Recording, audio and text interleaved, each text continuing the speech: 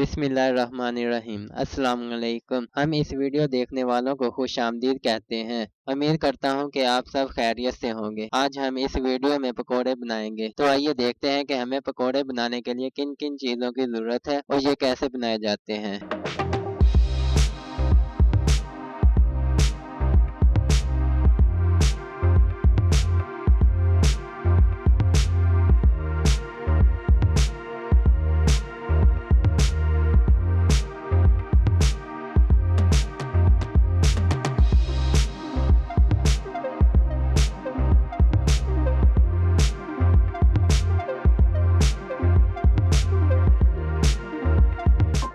हरी मिर्चें, टमाटर, प्याज, नमक, हल्दी, लाल मिर्चें, खुश्क धनिया, जीरा,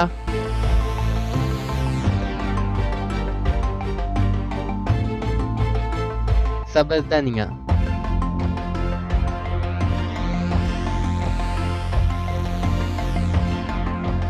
आलू,